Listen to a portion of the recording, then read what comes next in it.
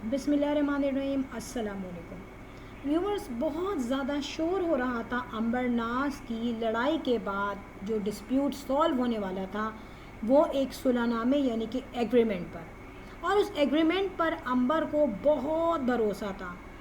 In short अंबर की new life जो थी, उसकी खुशी, उसका सुकून जस्ट एक एग्रीमेंट पर डिपेंड कर रहा था।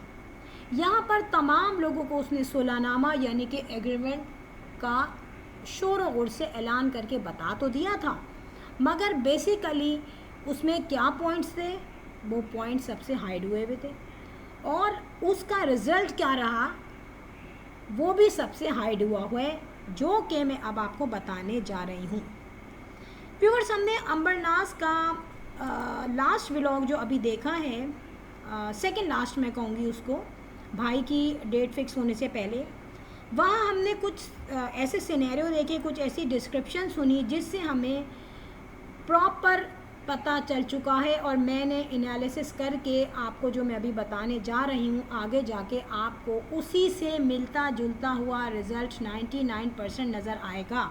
और उसके बाद मैं आपको कंक्लूजन भी बता दूँगी, सजेशन भी बता दूँगी कि अब इतने अनइवन रास्ते पे चलने के बजाय एक आसान सा इसका रिज़ल्ट क्या ढूंढना चाहिए।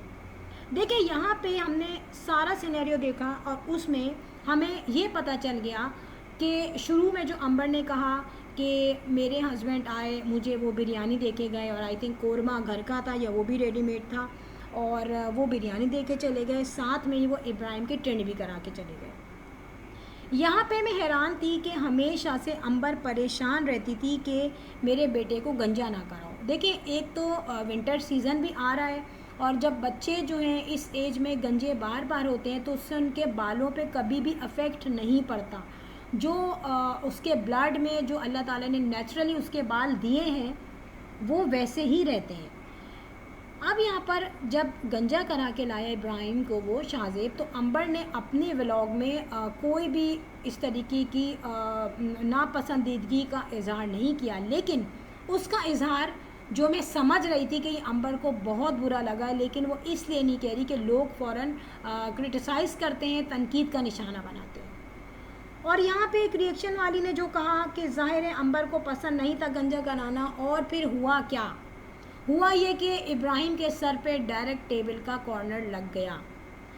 यहाँ पर बेसिकली एक बात यह है कि जिस शख्स को आपने एग्रीमेंट का कहा है, इतना आप सुलहनामे पे तैयार हैं, इतनी विलिंग है, और डेफिनेटली अंबर की फैमिली भी बहुत विलिंग है इस एग्रीमेंट के लिए कि क्या रिज़ल्ट आता है। लेकिन जो रिज़ल्ट आएगा और जो आ चुका है वो मैं आपको बता रही हूँ कि जिस तरीके से शाहज़ेब ने कहा कि मैं यहाँ पर अपना कोई जो मेरा लाइफ स्टाइल जैसे मेरा जो सामान है, जो हर किसी का सामान होता है, लेडीज़ हैं तो लेडीज़ का सामान है, जेंट्स है तो उनके अपने कपड़े हैं, शूज़ हैं, सॉक्स हैं, अपना और ज़रूरत का सामान है।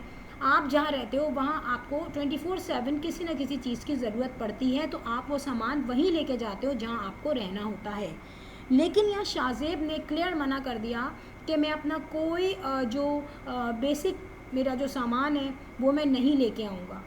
तो सिंपली पता चल रहा है कि वो रहने पे तैयार नहीं है, और यहाँ पर जिस तरीके से वो आया है वो जस्ट लोगों के और सोसाइटी के प्रेशर करने पे आया है, और इस डर से आया है कि मेरी कोई वीडियो या ऑडियो फर्दर लीक ना हो जाए। शाहज़ेब जिस तरीके से आया है उसने ये तो जाहिर कर दिया है कि बस मैं बराए नाम आऊँगा, यानी कि अगर मेरे बेटे को ज़रूरत है या चलो घर में कोई ज़रूरत है, कोई सामान चाहिए, तो मैं वो दे के चला जाऊँगा, लेकिन मैं यहाँ पे परमानेंट एज अ हस्बैंड नहीं रहूँगा। जैसे कहते हैं ना कि कुछ लोग आते जाते हैं आपके घर में, हेलो हाई करने आ गए, सब्ज़ी मंगा दी, फ्रूट्स मंगा दिए, बच्चे की तबीयत ख़राब हो गई, मेडिसिन लेने चले गए। और एक ये कि इनमें अभी हस्बैंड वाइफ का रिलेशन है, तो वो रिलेशनशिप पूरा करने के लिए वो थोड़ा बहुत आता रहेगा कि वाइफ से उसका एक कनेक्शन रहे। लेकिन ये भी बता दी जाऊँ कि किसी खुशफहमी में रहने की ज़रूरत नहीं है। क्लियर एक सामने हमारे पिक्चर है कि शाहज़ेब की फैमिली से जिस तरीके से हम समझ रहे थे कि रेड रोजेस सज रहे होंगे, समधन आएगी, नंद माफ़ी मांगेगी, टेलीफोनिक कॉन्वर्सेशंस होंगे, ससुर भी बेटी बना लेंगे, ऐसा सिनेरियो कुछ भी नहीं है। समझ में आ जाने वाली बात है कि ये जो पास्ट 7 मंथ्स गुजर चुके हैं, इनमें जो शाहज़ेब की फ़ैमिली है वो ज़रा सी भी उनमें कोई पॉजिटिव मूवमेंट नहीं आई थी और वो मुंह बना के बैठे हुए थे। यहाँ पर शाहज़ेब को ना पॉजिटिवली फोर्स किया है सास ने, ना ससुर ने और ना इधर उसकी बहन ने। हुआ ये कि जब इतनी बदनामी होने लग गई कि बहन का भी नाम आने लग गया है, अम्मा अब्बा की पिक्चर्स हैं, तो फिर तो वीडियो और ऑडियो ही रहती थी लीक आउट होने से। उस डर की वजह से माँ ने, बाप ने और बेटी ने कहा होगा, यानी कि बहन ने, कि तुम जाओ और मामला सॉर्ट आउट करके आओ, मिनिमम इतना हो जाए कि ये तूफ़ान जो है ऑन पब्लिक ना जाए, कोई प्रूफ सामने ना आए। उस वजह से शाहज़ेब आया, लेकिन कोई उसके लेजे में ना पोलाइटनेस है, ना मोहब्बत है और ना कोई चेंज है। देखिए, हम इस वक्त ये बात नहीं करेंगे कि शाहज़ेब अगर हमारे सामने आके फ़ोटोग्राफी करवाए या वीडियो में हम उसे देखें तो हम उसके जो है फेशियल एक्सप्रेशन का अंदाज़ा लगाएं। इंसान का जो एटीट्यूड है वो पता चल जाता है हमें कि वो किसके साथ कैसा है। जिस तरीके से अंबर ने अभी एक आस लगाई हुई थी कि मेरा हस्बैंड आएगा और एग्रीमेंट हो जाएगा, हम मिनिमम रहने लगेंगे साथ साथ और फिर नाराज़गियाँ ग्रेजुअली दूर होती रहेंगी। लेकिन बात यह कि एक नाराज़गी होती है टेम्परेरी, या एक गुस्सा होता है टेम्परेरी, या एक गुस्सा और नफ़रत होती है जिसका कहीं ना कोई इख्तिताम होता है, कोई ना कोई एंड होता है किसी ना किसी पॉइंट पे। यहाँ पर शाहज़ेब का जो माइंड है या जो नेचर है वो ना समझ में आने वाली है, ना वो बात को सुलह की तरफ लेके आ रहा है और ना इधर वो लड़ाई झगड़ा कर रहा है। अगर उसका मकसद यही था कि ये चीज़ अगर आउट नहीं होती लोगों में तो फिर वो ऐसे ही रहता। एक तरफ मैं ये ज़रूर कहूँगी कि जिस तरीके से बच्चे के चोट लगी सर में, ठीक है, और उसके बाद अंबर ने फ़ौरन फ़ोन किया शाहज़ेब को कि बेटे के चोट लगे, उसको इस तरह से डॉक्टर के पास लेके जाओ। तो वो आया और उसको डॉक्टर के पास लेके गया, मेडिसिन दिलाई। तो यहाँ पे आके मैंने एक पॉइंट सोचा कि ओवरऑल हमें सारी चीज़ें तो पता चल चुकी हैं कि शाहज़ेब इनके घर में रहने वाला नहीं है और अंबर को अपने घर में बुलाने वाला नहीं है। मुझे एक क्वेश्चन समझ में नहीं आता कि शाहज़ेब ने ये कहा कि मैं इस घर में परमानेंट नहीं रहूँगा, ना ही अपना सामान लाऊँगा। तो शाहज़ेब साहब, आप इस बात का मुझे जवाब दें, क्या अंबर ज़बरदस्ती आई है लड़के इन लॉज से? क्या अंबर ने ज़बरदस्ती जो है फ़्लैट अपना सेपरेट किया है, घर में आई है कि मैं सेपरेट रहूँगी? जब निकाला गया उसके फादर इन लॉ ने, उसके जो सारे इन लॉज थे, उन्होंने डंडे पाइप मार मार के उसको डराया और ये कहा कि ये फ्लैट मैं अपनी बेटी को दूंगा, ठीक है।